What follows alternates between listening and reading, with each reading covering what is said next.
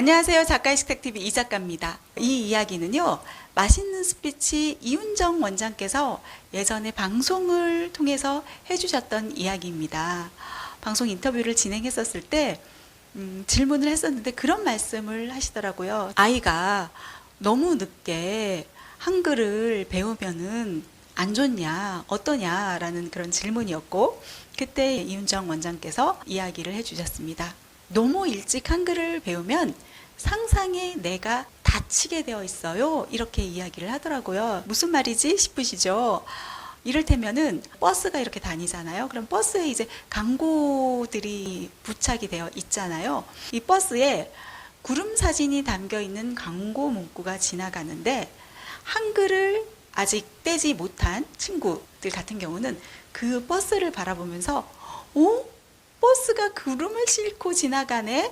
이런 이야기를 한다면은 한글을 이제 막 읽기 시작한 친구 있잖아요. 그 친구는 그 구름이 담겨 있는 광고 문구를 어떻게 바라보느냐 하면은요, 땡땡생명 해서 글자를 읽는다는 겁니다. 글만 바라본다는 거예요. 글자 안에 빠져 지내게 되어 있다. 그렇게 상상에 내가 닫혀 있게 된다는 얘기입니다. 그 얘기 듣고 저도 그래, 우리 아이 한글 그렇게 일찍 떼지 않아도 돼. 그렇게 막 집착하지 않았어요.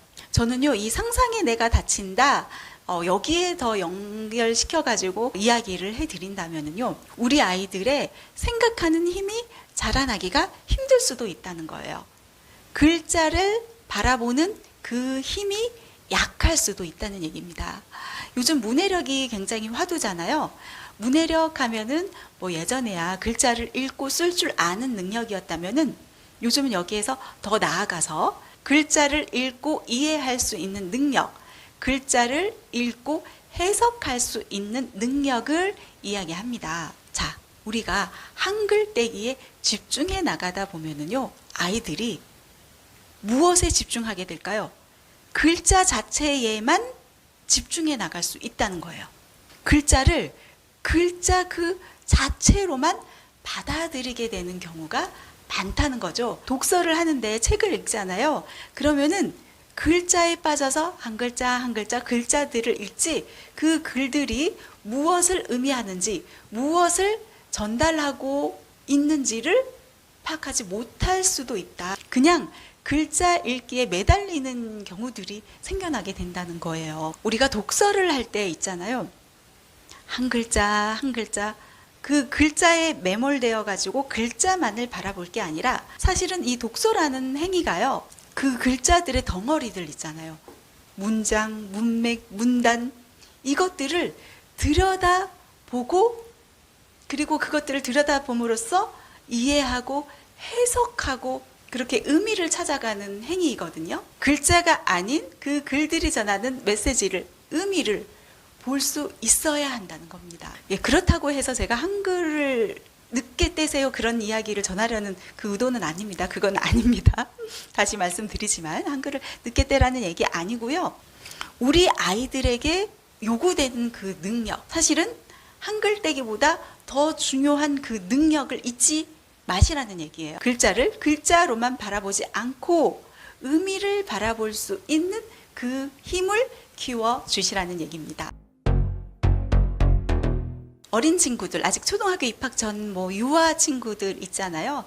이 친구들 같은 경우는 우리 부모님들이 아마 함께 같이 책 읽어주고 많이 그러실 거예요. 글을 읽어주고 책을 읽어주고 그러면서 물론 글자를 알려줄 수 있겠죠. 그러한 과정 또한 필요합니다. 그런데 우리가 잊지 말아야 할 것이 무엇이다? 글자들이 만나서 어떤 의미를 전달할 수 있는지, 글자들을 조합해서 어떤 표현을 해 나갈 수 있는지, 이런 부분들에 대한 교육 또한 한글 떼기 못지않게 아주 중요하다는 것이죠. 그래서 저는 수업을 할 때요, 이 글자에 집중하기보다도 가끔은 그림 수업을 병행하고 있습니다. 바로 우리 아이들의 표현 능력을 길러주기 위해서인데요.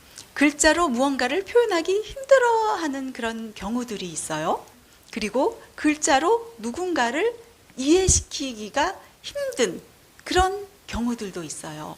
이런 경우에 그림으로 누군가를 이해시키고 그리고 또 다른 그 무언가를 표현해내도록 그렇게 유도를 해 나간다는 겁니다. 그러니까 아이들의 생각하는 힘을 조금 더 길러주기 위한 작업이라는 건데요. 글자 안의 세상에 우리가 한계를 둘 게 아니라 글자 밖의 세상, 글자 너머의 세상에서 전하는 그 수많은 목소리에도 귀를 기울여야 한다는 얘기입니다. 우리 아이들에게 요구되는 능력으로 그 바라보는 시선을 더 확장시켜 나갈 필요가 있다는 얘기입니다. 저는요, 20년 이상 방송 작가 일을 해왔는데요. 문화 소식을 전해주는 코너를 진행하면서 종종 문화 현장을 취재하기도 했었는데요. 그러면서 자연스럽게 미술관도 가고 그 그림을 좀 바라보는 그 기회들이 많았습니다. 그 시기에 특히나 더 어떤 깨달음을 얻었다고나 할까요? 그림이 전하는 그 메시지, 우리가 바라보는 그 그려진 그 세상 안이 전부가 아니구나. 그림 밖에 정말 많은 이야기가 펼쳐져 있구나. 그림 밖의 메시지에도 귀를 기울이는 그런 힘이 생긴 거예요. 같이 작가를 만나고 같이 대화를 나누고 해 나가다 보니까 그렇게 작가의 의도를 듣고 설명을 듣고 그림을 바라보는데 고개가 끄덕끄덕 끄덕이게 되면서 아, 보여지는 게 전부가 아니네. 이런 식으로도 해석이 가능하구나. 아, 이 작가는 이런 부분에 더 집중해서 바라봤구나 해서 그림을 보는 그 맛을 알게 되었다고나 할까요? 모든 것을 더 자세히 천천히 잘 관찰해야 되는 거구나 라는 것을 알게 됐습니다. 저희 둘째 아이의 이야기를 해드리면은요, 아직 한글을 떼지 못했던 그 당시에 우리 가족끼리 박물관을 가게 됐어요. 박물관에 이제 전시회를 찾아가게 됐는데 이 엄마, 아빠, 형들 같은 경우는 벽에 걸려져 있는 그 그림 전시에 집중을 해서 이렇게 살펴보는데 둘째 아이가 멀리 이렇게 서 있는 거예요. 도대체 뭘 하나 해서 이렇게 들여다봤더니만 우리가 보지 못하는 그 다른 세상을 바라보고 있었던 거예요. 우리 둘째 아이가 따라가는 그 시선을 바라봤더니만 우리는 벽에 걸려있던, 당연히 걸려있을 그 그림만을 바라봤던 거예요. 그런데 우리 둘째 아이 같은 경우는 천장을 바라보고 있었던 겁니다. 천장 안에도 또 다른 그 미술 작품들이 그려져 있었던 거예요. 다양한 색채를 가지고 미술 작품이 그려져 있었는데 그 그림을 보면서 감탄을 하고 있었더라는 겁니다. 시야가 더 트여 있었더라는 것이죠. 그냥 그 정면의 그 모습만을 바라보는 게 아니라 더 넓게 시야를 바라보더니 그 천장에 그려진 그 작품으로까지 눈이 가고 또 다른 세상을 바라보고 그 세상을 바라보면서 감탄을 하는 그런 상황이 펼쳐지게 된 거죠. 꼭 그림뿐만은 아닌 것 같아요. 우리가 텍스트를 바라봐도 똑같다는 얘기입니다. 텍스트 안이 전하는 세상 역시도 똑같다. 텍스트, 글자 너머의 세상, 행간을 읽을 수 있어야 되겠죠.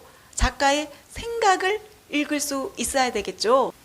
우리가 바라보는 그 글자만이 전부는 아니다. 요즘 나오고 있는 드라마 있잖아요. 대치동의 국어학원을 배경으로 해서 펼쳐지는 이야기, 졸업이라는 드라마에 그런 대사가 나오더라고요. 아무래도 국어 강사이다 보니까 상대방의 마음을 읽는 데는 도가 트였겠죠?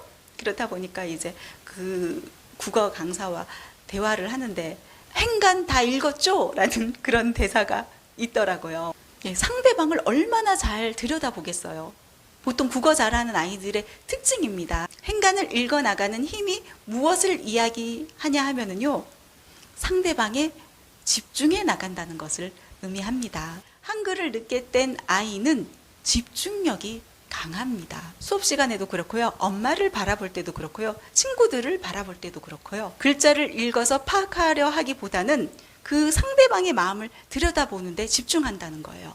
한글을 읽을 수 있는 우리들은 왜 수업을 받을 때 집중을 잘 하지 못하냐 하면은 교과서가 있잖아요. 교과서 읽으면 되잖아요. 선생님이 말한 거 교과서에 있겠지?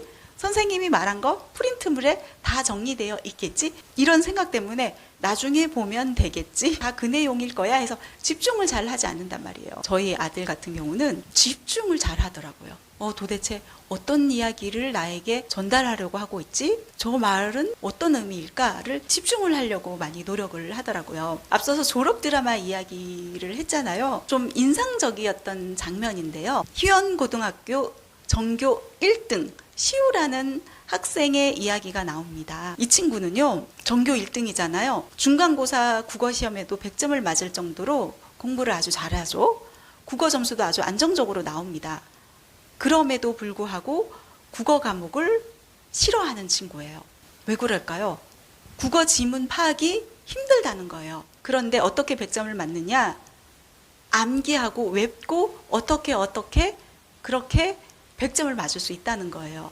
그런데 이 친구가 왜 힘드냐 하면은 낯선 지문이 등장했을 때, 그동안 봐왔던 지문들은 외우고 암기했기 때문에 어떻게 점수를 얻을 수 있지만 낯선 지문이 나오면 당황할 수밖에 없다는 거예요. 그래서 국어 과목이 싫다는 거죠. 그런데 어느 날 또 다른 학원의 무료 강의를 듣게 됐는데 거기에서 알게 되었다는 겁니다. 대충 이런 내용이었어요. 우리가 사람을 만날 때도 확 처음부터 친해지는 경우가 없잖아요. 그러기가 쉽지가 않잖아요.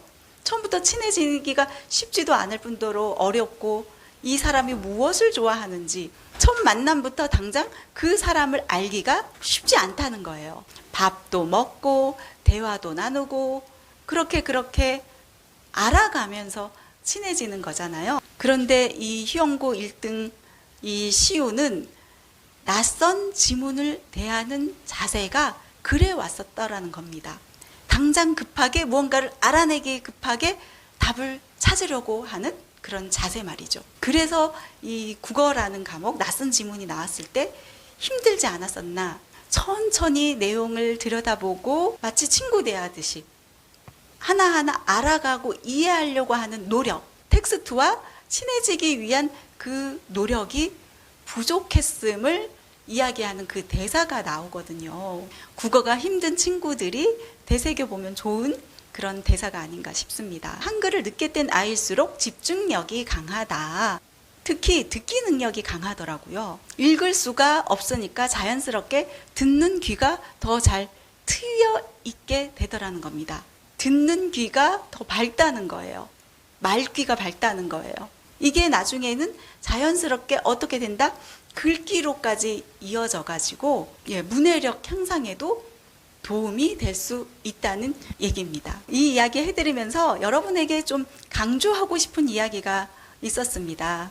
우리 아이들에게 정말 필요한 능력, 문해력, 글자 자체만을 바라보는 게 아니라 글자 너머의 세상까지도 읽어 내려갈 수 있는 그 힘을 키워주는 것 잊지 않으셨으면 좋겠습니다. 오늘 이 시간 여기서 마무리하겠습니다. 감사합니다.